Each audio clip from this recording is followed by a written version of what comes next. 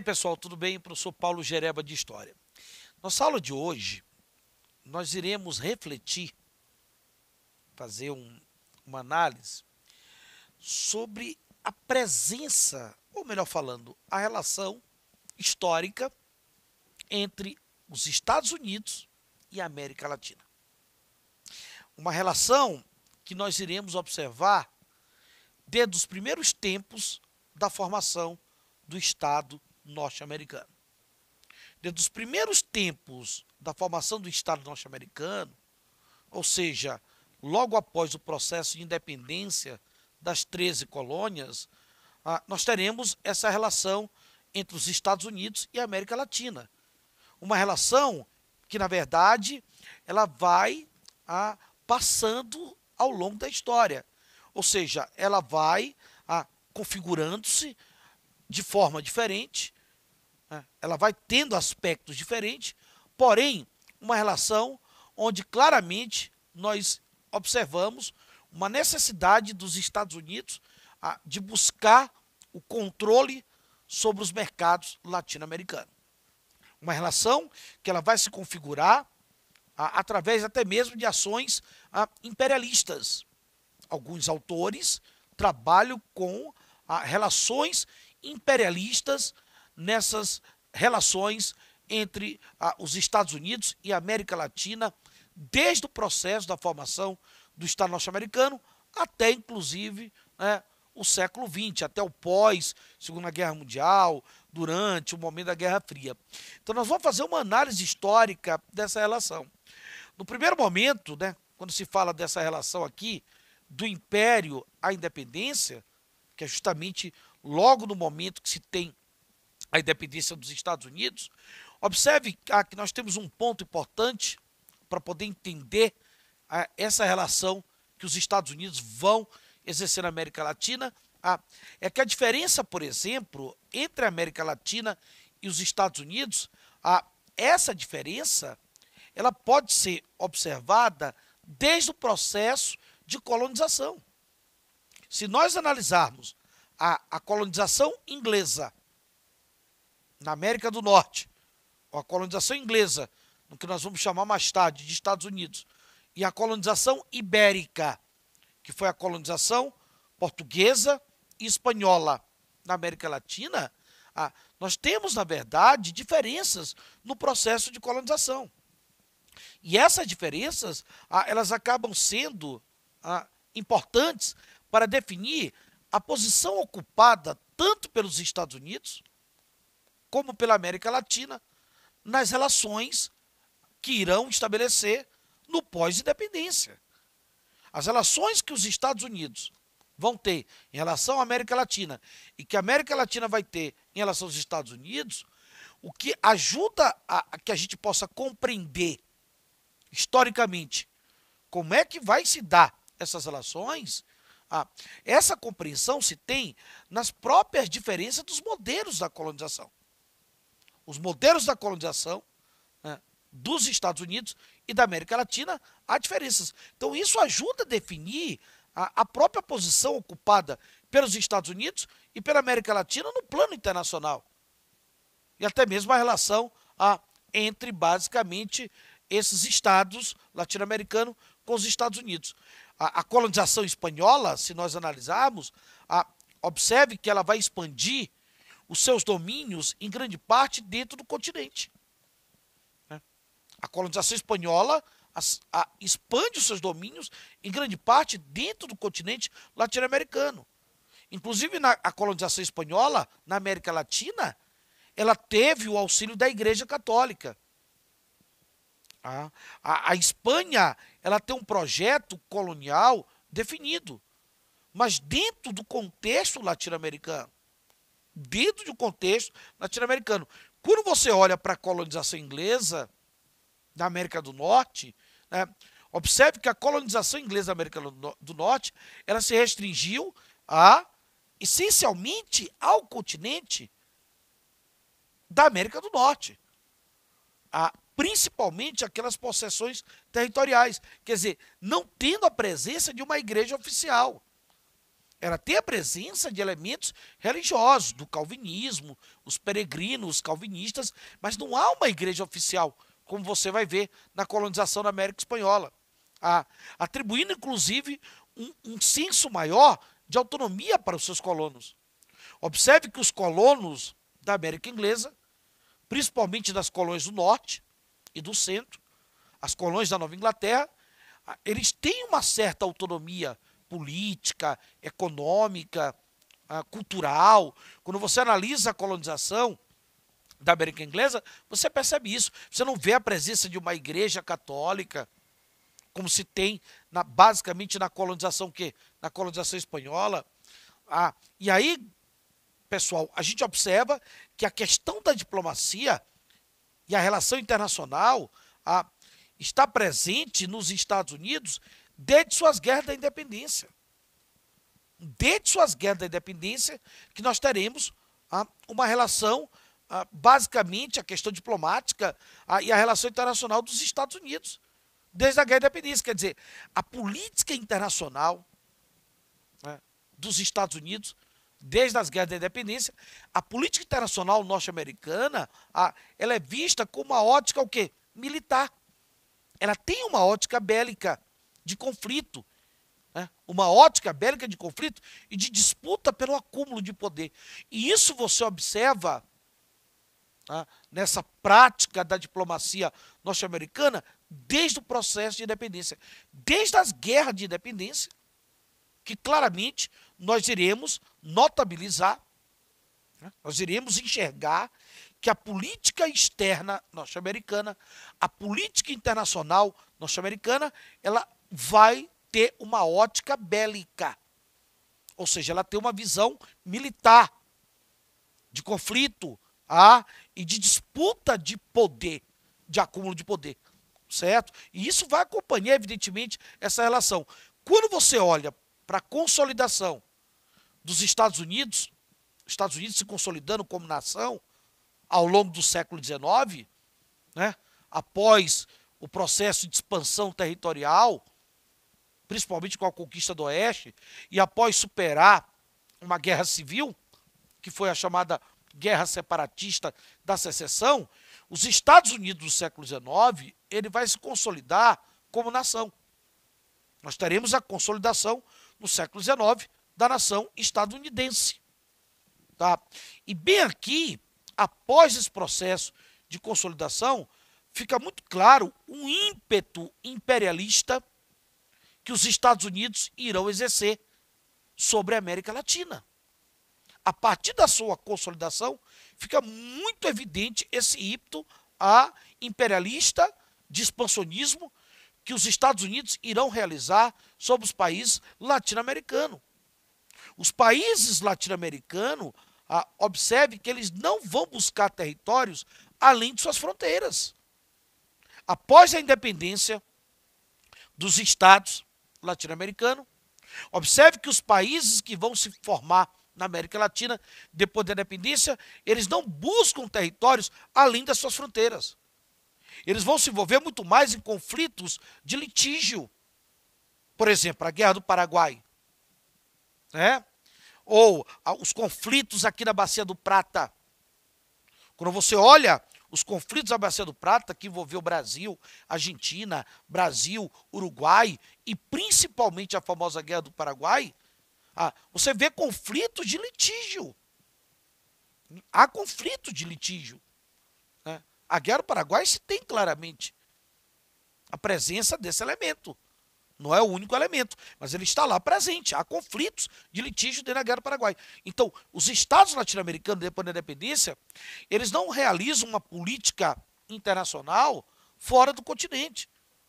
Principalmente no que diz respeito a dominar territórios, a buscar uma hegemonia. Você vê muito mais essas disputas aqui, basicamente na América Latina. Os Estados Unidos não. Os Estados Unidos, eles vão possuir, isso fica muito claro desde as guerras da independência, como nós falamos ainda há pouco. Os Estados Unidos, eles possuem um projeto expansionista, territorial, por toda a América do Norte. eles vão possuir um projeto de expansão territorial por toda a América do Norte. Observe que eles conquistaram o oeste americano, tá?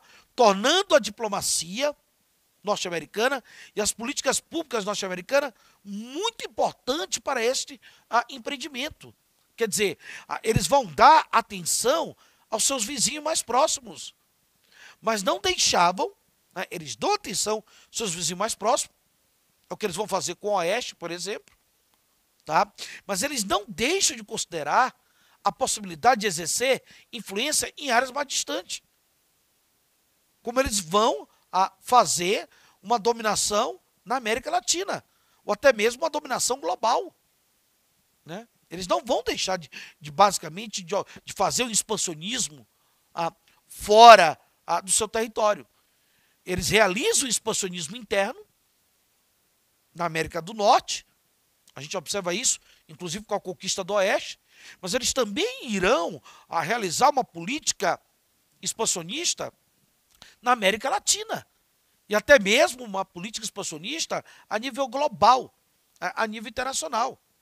Quer dizer, se nós analisarmos a partir do último quartel do século XIX, né, que é justamente no momento que você tem a consolidação do Estado norte-americano, surgem as primeiras iniciativas, né,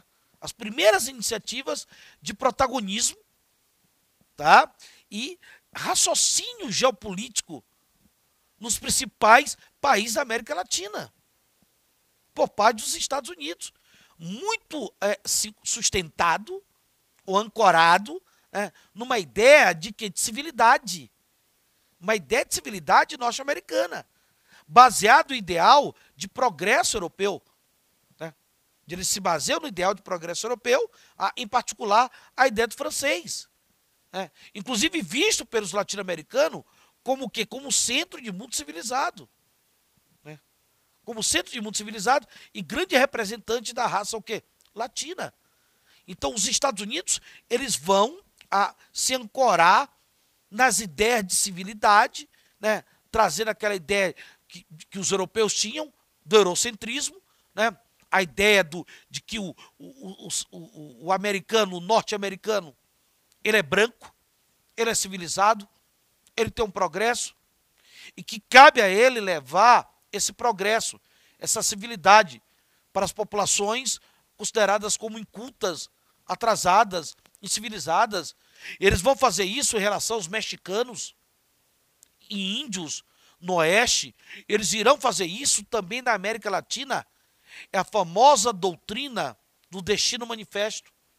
O Destino Manifesto, que foi uma justificativa ideológica que os Estados Unidos utilizaram não só na conquista do oeste, sobre índios e mexicanos, mas também sobre o domínio que vão exercer na América Latina, a partir do final do século XIX.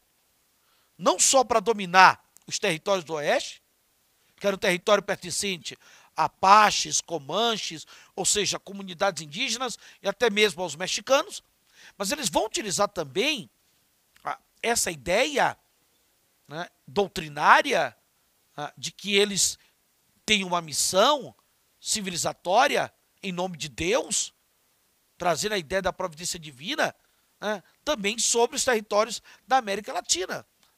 Quer dizer, a ascensão da hegemonia dos Estados Unidos claramente começa a se perceber a partir do final do século XIX na América Latina. Final do século XIX, início do século XX. Mas essa América Latina ela vai resistir a essa ascensão do imperialismo norte-americano sobre o continente. A resistência dessa América Latina. Ou seja, a partir do final do século XIX, início do século XX, claramente se percebe que para ocupar uma posição de destaque, seria necessário os Estados Unidos intervir na América Latina, mesmo que eles fizessem essa intervenção diplomaticamente, né? Como vai ocorrer, por exemplo, na América Central, na região do Caribe, né? O local que sofria, inclusive, uma forte influência europeia, uma forte influência francesa e inglesa. Observe que a partir do final do século XIX e início do século XX, nós teremos os Estados Unidos lançando a famosa doutrina, a famosa doutrina do colorário Roosevelt, a famosa doutrina do Big Stick, o grande porrete, a doutrina do grande porrete, a doutrina do Big Stick, ou seja, a doutrina de intervir na América Latina, utilizando a força, uma intervenção baseada em uma estrutura de uma ação bélica, de uma ação militar, né? Intervir militarmente na América Latina para controlar os seus interesses. Para controlar, na verdade, seus interesses, certo? Dentro da região. Né? Segundo eles, controlar os interesses dos povos latino-americanos.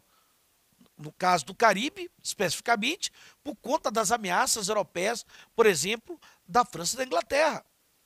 E os Estados Unidos vão utilizar a doutrina do Big Stick, do grande porrete, com essas ações. Quer dizer, claramente, isso é uma postura que vai acabar mostrando uma ação de dominação nos mercados latino-americanos, ou seja, uma postura imperialista. E essa postura imperialista que os Estados Unidos vão utilizar sobre a América Latina, essa postura imperialista, ela acaba, na verdade, provocando uma aversão aos norte-americanos na América Latina. Ela vai provocar uma aversão. Ela vai provocar uma resistência.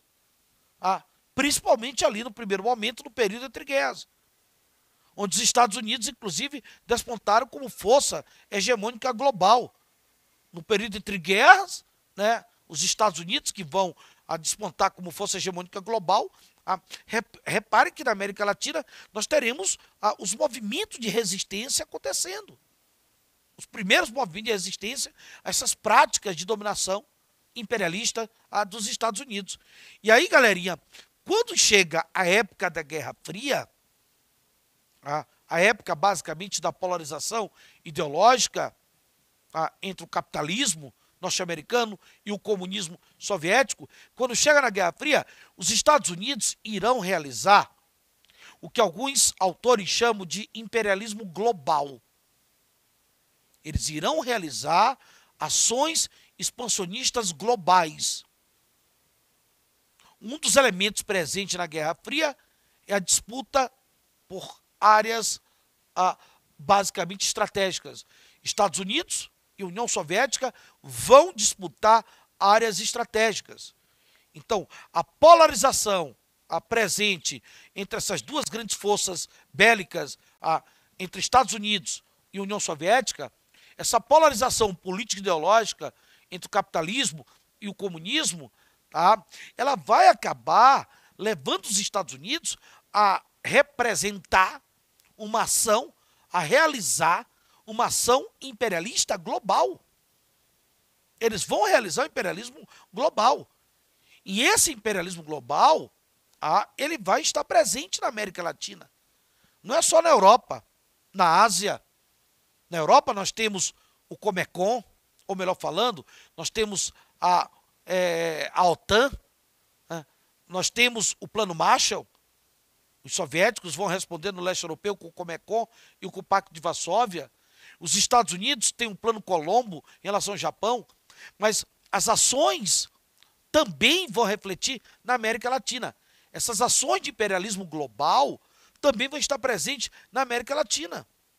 E os Estados Unidos, inclusive, utilizam o discurso de que eles estão garantindo, basicamente, a proteção para o continente latino-americano contra as interferências do comunismo soviético. Então, dessa forma, os Estados Unidos, eles deveriam o quê? Se adiantar e espalhar os seus valores capitalistas pela região. E vão surgir várias doutrinas. Aliança para o Progresso. Os Estados Unidos vão financiar, inclusive, governos ditatoriais militares na América Latina, que são ações do imperialismo latino-americano como forma de salvaguardar os valores do capitalismo, os valores norte-americanos. e proteger, entre aspas, a América Latina contra a ameaça do comunismo soviético. Emprestando dinheiro, fazendo aliança para o progresso ou até mesmo ajudando através de ditaduras militares na América Latina. Um grande abraço e até o nosso próximo encontro.